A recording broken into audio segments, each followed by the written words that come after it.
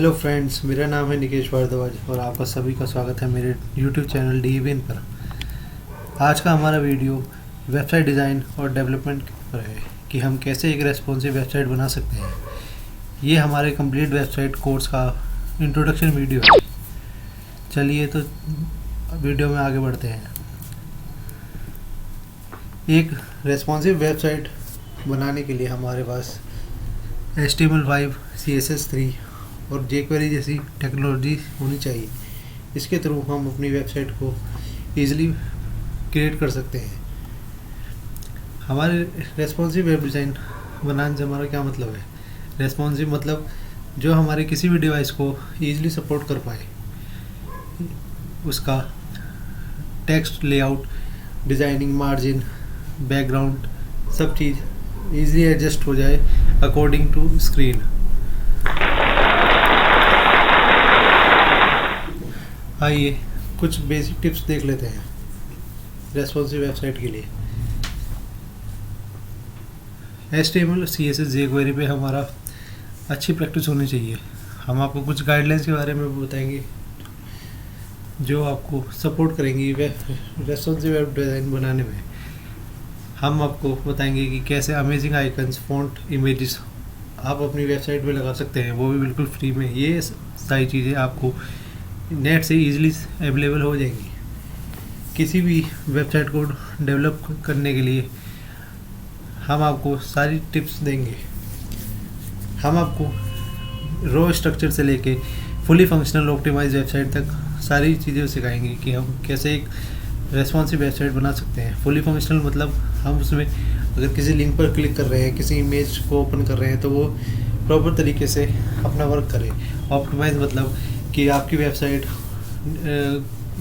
Server पर किस तरीके से काम कर रही है, कि लोग उसे कितना सर्च कर रहे हैं। अगर आप उस अपनी वेबसाइट को जिस पर्पज़ के लिए बना रहे हैं, लोग उसे उस तरीके से यूज़ कर पा रहे हैं, नहीं कर पा रहे हैं, ये सभी चीज़ें आती हैं इस ऑप्टिमाइजेशन के अंदर। रेस्पॉन्सिव वेब डिज़ाइन क्रिएट करने का मतलब है कि आपको अपनी वेबसाइट का लुक एंड फील बहुत अच्छा करना होगा, क्योंकि आज के टाइम में सभी वेब डिज़ाइनिंग कर रहे हैं और ये आपके स्क्रीन पर डिपेंड करता है कि आपकी जो वेबसाइट है वो फुली फंक्शनली है या नहीं। क्योंकि डिफरेंट डिवाइसेस पर हम आज के टाइम में अपनी वेबसाइट्स को चलाते हैं, तो वो सभी डिवाइसेस पर सपोर्ट करनी चाहिए। इसी को रेस्पॉन्सिव कहा जाता है। हम अपनी jQuery को यूज़ करते हैं सुपर कूल इफेक्ट्स, एनिमेशन और स्क्रॉल इफेक्ट्स देने के लिए। हम अपनी वेबसाइट में नेविगेशन डालते हैं, ये सब हम jQuery से कर पाते हैं। हम इन सभी चीज़ को करने के लिए टेक्स्ट एडिटर का यूज़ करेंगे जिसका नाम है VS कोड। ये आपको बहुत सारी कोडिंग ईजिली प्रोवाइड करवा देता है। इसमें इनबिल्ट बाय डिफ़ॉल्ट बहुत सारे कोड्स अवेलेबल हैं, जिसे आप सिंगल वर्ड टाइप करने पर वो आपको पूरा कोड निकल कर दे देगा। तो ये आपके लिए बहुत यूज़फुल होने वाला है। मैं इसकी लिंक आपको डिस्क्रिप्शन में दे दूँगा, आप वहाँ से इसे इंस्टॉल कर सकते हैं अपने सिस्टम पर। Last and but not least, how to optimise your website good performance and for search engines. Optimisation का मतलब है कि आपकी कैसी जो वेबसाइट की परफॉर्मेंस है, स्पीड है, वो कैसी है सर्च इंजन पर। आइए जानते हैं कि रेस्पॉन्सिव वेबसाइट कैसे बनती है। HTML, CSS, जावास्क्रिप्ट, ये तीनों मिलकर एक रेस्पॉन्सिव वेबसाइट बनाते हैं। What is the role of HTML in web page? HTML हमारा एक रो स्ट्रक्चर होता है। रो स्ट्रक्चर मतलब अगर आप HTML का यूज़ करके किसी वेबसाइट को बनाते हैं तो वो आपको कोई ख़ास नहीं दिखेगी।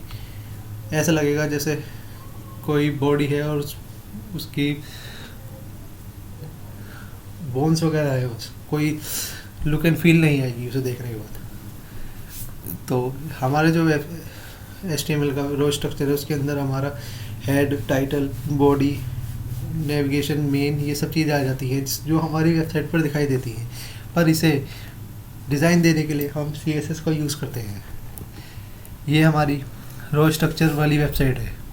अभी इसमें कोई कलर, इमेज कुछ नहीं है। लेकिन जब हम इसमें CSS का यूज़ करेंगे ये अच्छी दिखने लगेगी, इसमें डिज़ाइंस आ जाएंगे। What is the role of CSS in a web page? Now we compare both HTML and CSS. ये हमारी HTML और ये हमारी CSS। ये हमारा पहली पिक्चर में आपको वेब से HTML दिख रही है जो हमारा रो स्ट्रक्चर है, बट सेकंड पिक्चर में हमारा CSS इसमें ऐड हो चुका है, जिसके बाद हमारी वेबसाइट लुक एंड फील में गुड हो रही है। आप इसमें देख सकते हैं मेन्यू बार, लोगो सब अपनी अपनी पोजीशंस पर है, जो कि HTML वाली फाइल में नहीं है। इसमें हमारा कंटेंट, इमेज, सर्च बार सब चीज़ प्रॉपर तरीके से है, क्योंकि CSS हमारी डिज़ाइंस के लिए यूज़ होती है। अब आते हैं जावास्क्रिप्ट पर। जावास्क्रिप्ट क्या रोल करती है वेबसाइट के अंदर। जावास्क्रिप्ट हमारा जो वेबसाइट का प्रोग्राम है, उसके बिहेवियर को कंट्रोल करती है। ये एक क्लाइंट साइड वैलिडेशन है, जो कि इससे हमें डायनामिक ड्रॉप डाउन मेन्यूज़ मिलते हैं। डायनामिक मतलब हम किसी भी ड्रॉप डाउन पर क्लिक करेंगे तो वो बहुत ही अच्छी तरीके से अपना परफॉर्मेंस देगा। ये हमें डिस्प्ले करने के लिए यूज़ होता है, डेट और टाइम के लिए। हम इससे क्लॉक को डिस्प्ले कर सकते हैं। ये डिस्प्ले करने के लिए यूज़ होती है कि हम किसी भी चीज़ को अच्छे से डिस्प्ले कर सकते हैं। हमारे जो वेबसाइट में विंडोज़ होती हैं उन्हें पॉपअप करने के लिए, बॉक्सेस को पॉपअप करने के लिए ये यूज़ होती है। जो हमारी जावास्क्रिप्ट है इसमें हमारा जावा से रिलेटेड कुछ नहीं है, ये बस जावा के नाम पर पड़ गई थी क्योंकि उस टाइम जावा लैंग्वेज बहुत पॉपुलर थी। ये हमारी वेब ब्राउज़र के लिए यूज़ होती है, डेटाबेस के लिए। जावास्क्रिप्ट हमारी स्क्रिप्टिक लैंग्वेज है। अब जो हमारी जावास्क्रिप्ट है वो हमारा यूज़ होती है अलग अलग स्क्रीन्स पर हमारी वेबसाइट को डिस्प्ले करने के लिए। ये हमारा जो स्क्रीन का रेशियो होता है, पैडिंग, मार्जिन वगैरह, ये हमारा उसके लिए यूज़ किया जाता है कि हमारी वेबसाइट अलग अलग डिवाइसेस पे अगर खोली जा रही है तो वो प्रॉपर तरीके से अपना कंटेंट शो करे। अगर कुछ भी जावास्क्रिप्ट का यूज़ नहीं होता है तो हमारी वेबसाइट अच्छे से डिस्प्ले नहीं हो पाएगी। जावास्क्रिप्ट हमारा डायनेमिक वेबसाइट के लिए, रेस्पॉन्सिव वेबसाइट के लिए यूज़ होता है। अगर आपको हमारी वीडियो अच्छी लगी हो तो इसे लाइक, शेयर एंड सब्सक्राइब करें और बेल आइकन को दबाना ना भूलें। बेल आइकन दबाने से आपको हमारे आने वाली वीडियोस की सभी नोटिफिकेशन टाइम से मिलेंगे। Thank you.